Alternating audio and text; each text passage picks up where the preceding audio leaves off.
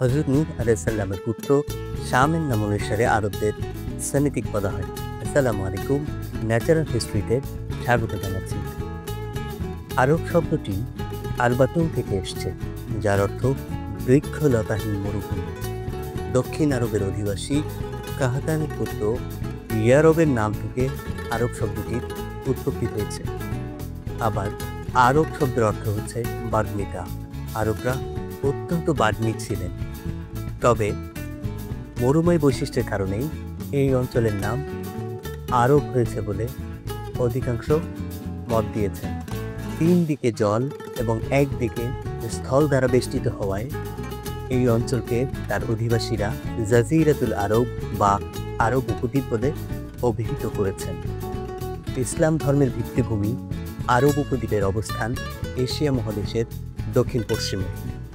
এর উত্তরে রয়েছে সাহারা মরুভূমি, এর দক্ষিণে রয়েছে ভারত মহাসাগর, এর পূর্বে রয়েছে পারস্য উপসাগর ও ওমান সাগর ও এর পশ্চিমে রয়েছে লোহিত সাগর।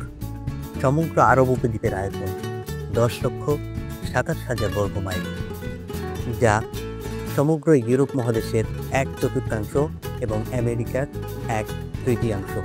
আরবের লোক সংখ্যা প্রায় 44 কোটি।